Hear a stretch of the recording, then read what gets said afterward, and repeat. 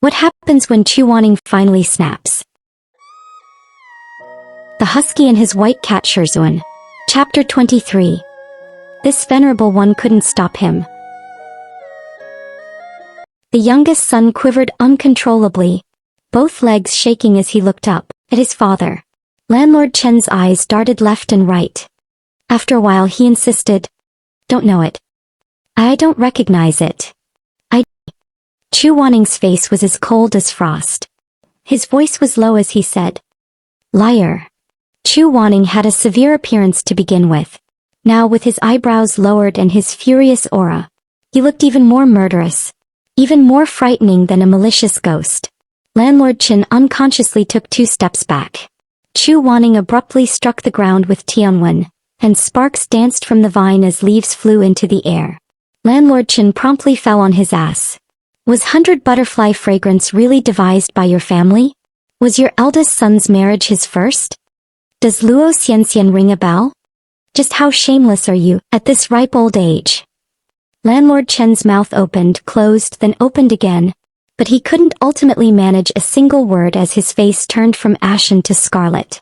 The young daughter of the Chen family who had been cowering off to the side this whole time, heard the name Luo Xianxian, and immediately started crying. She stumbled over to kneel before her mother, shaking that unconscious body. Chu Wanning leaned over, Tianwen glowing golden in his hand, and used its hilt to lift Landlord Chen's face. He was a germaphobe and had no inclination whatsoever to touch those whom he already found disgusting. A single graze would give him goosebumps. "Do you really think I can't tell when someone's lying to me?" Chu Wanning asked pitilessly. He stared into Landlord Chen's face as his own was reflected in those frightened eyes. It was indeed an unlikable face, cold and harsh, like a blade covered in frost. And what of it? Yu Heng of the night sky had no need of affection from other people. Daozhong, Xixing Peak sent you and I'm the client. How could you pry into my private business like this? Fine, I'll get out of your business then, said Chu Wanning. You can wait too, Wait. You can't. I can't. Danger flickered in Chu Wanning's narrowed eyes. I can't what? If someone like you were a disciple of my sect, Chu Wanning said as he stroked Tianwen, I'd whip you bloody and snap your bones right here. At this, Landlord Chen finally gave up on trying to play dumb.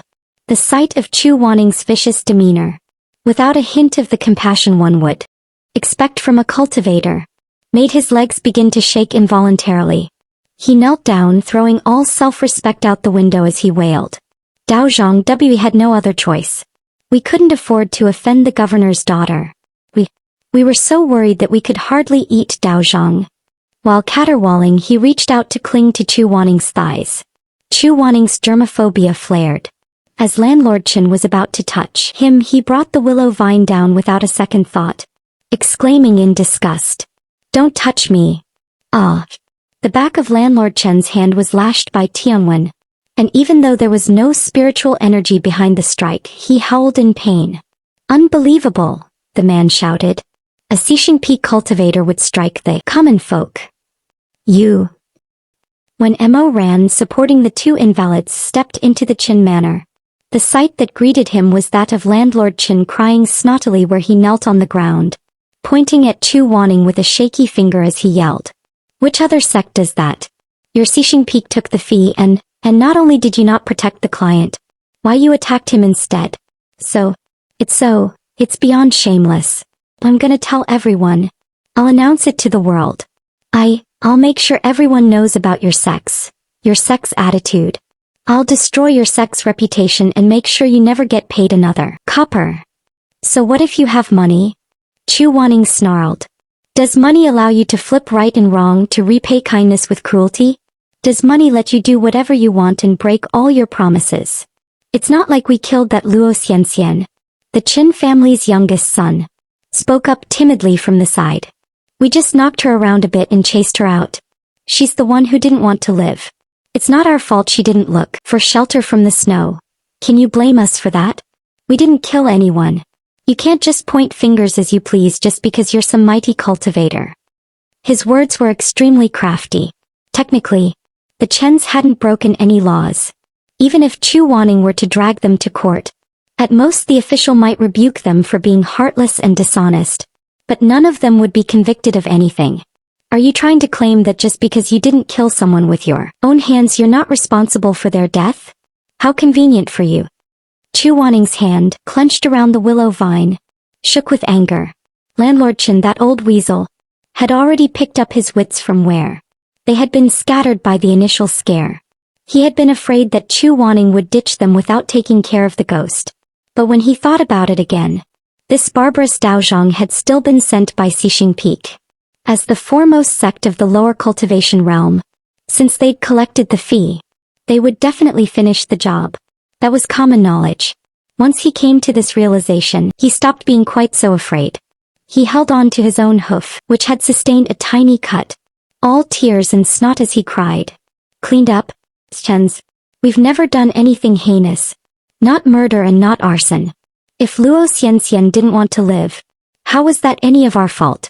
If you don't properly exorcise this ghost today, I'll go to Xixing Peak right away and file a complaint about you. Who does things like this? If you take someone's money you have to take care of their problems. How do you not understand something that basic? And you, before he'd even finished, Chu Wanning took out his own money pouch and threw it on the ground before him, never once blinking.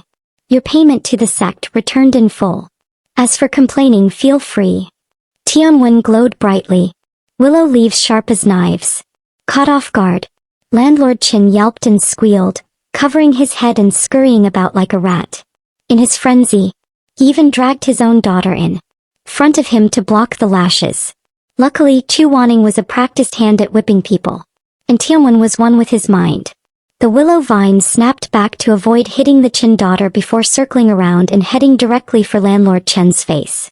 In a flash, there was a loud shriek and a spray of blood.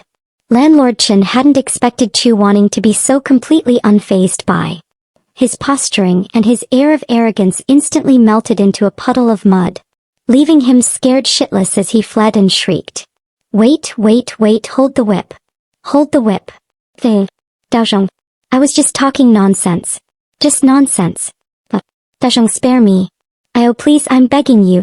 I'm getting on in years. I can't take this. Daozhong, have mercy, it was our fault. It was our fault. Chu Wanning wasn't even listening to him. His chest was brimming with anger, and his phoenix eyes grimly narrowed as Tianwen danced in the air. Landlord Chen rolled around on the ground in pain, crying messily. Mo Ran stood at the gate, stunned. He had never seen Chu Wanning whip a commoner with Tianwen before, and so ruthlessly too. It was as if he was whipping a beast. The willow vine moved so fast, it was barely visible. This kind of behavior was unheard of. Beating up the client, whether in the upper or lower cultivation realm, would without a doubt destroy a cultivator's reputation for good. No matter how bad Chu Wanning's temper was, or how much he let his heart rule his head, how could he have gone so far as to commit such a huge blunder? This was way more serious than Mo Rant's thieving and debauchery. Shermei's face was pale from shock. He pulled at Mo Ran in a panic. And stopped Shizun. Hurry! Mo Ran handed the still unconscious Madame Qinyao, that was young Mistress Yao, over to Shermei and stepped forward to grab Chu Wanning's wrist. Shizun, what are you doing? He asked, alarmed and apprehensive. Chu Wanning was in a terrible mood, and his brow furrowed. Let go, he bellowed. Shizun, this is against the rules. As if I need you to tell me. Which of Xixing Peak's 750 rules do I not know better than you? Let go. Mo Ran raised his voice. Then why aren't you stopping? Chu Wanning didn't feel like wasting his breath. He abruptly ripped his hand away instead, and another lash landed ruthlessly on Landlord Chen. Shizun. Chu Wanning growled, eyes frosty. Get lost. Landlord Chen saw that Mo Ran looked handsome and amiable. He definitely had to be a good person. He hurriedly crawled over to cower behind Mo Ran and tug at the hem of his clothing. Daozhong, please talk to your Shizun. My old bones, even if I was wrong, my old bones can't take this kind of beating.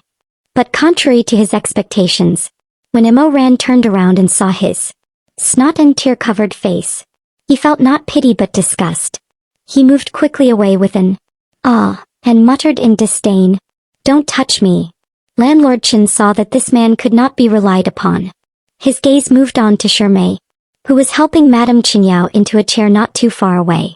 Holding on to his last bit of hope, he crawled toward Shirmei, crying in Yaoling, "Daozhang, Daozhang, please show some kindness, show some mercy. I know I was wrong, it was my bad, oh my bad. Please, I beg you, please talk to your Shizun. I was wrong and I admit my guilt. But I'll do whatever you say. Just please don't hit me anymore. I'm so old.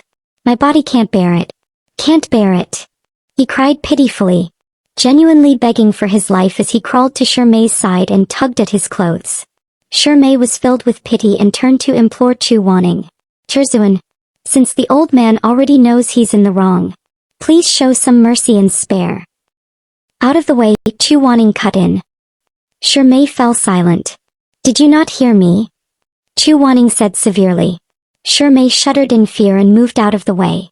Tianwen ripped through the air with a whoosh and headed directly for Landlord Chen, who covered his head with both arms and let out a frightened cry.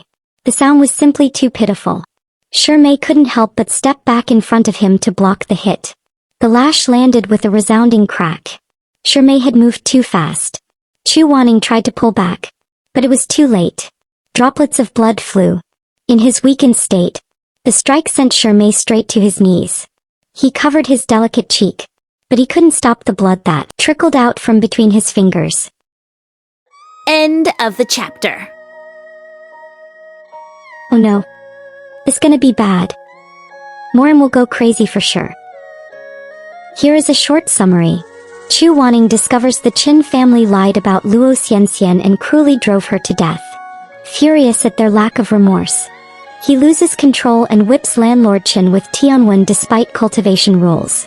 Mo Ran and Shirmei try to stop him, worried about Xixing Peak's reputation, but Chu Wanning refuses to listen. In the chaos, Shirmei steps in to protect Landlord Chen and is accidentally struck across the face by Tianwen.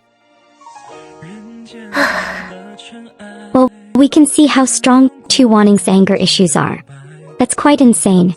This is a big problem in personality, of course. Moran's most interactions with Chu Wanning carrying memories from his first life. Cruelty, resentment. So even when Chu Wanning acts gently or shows concern, Mo Ran interprets it with the most negative way possible.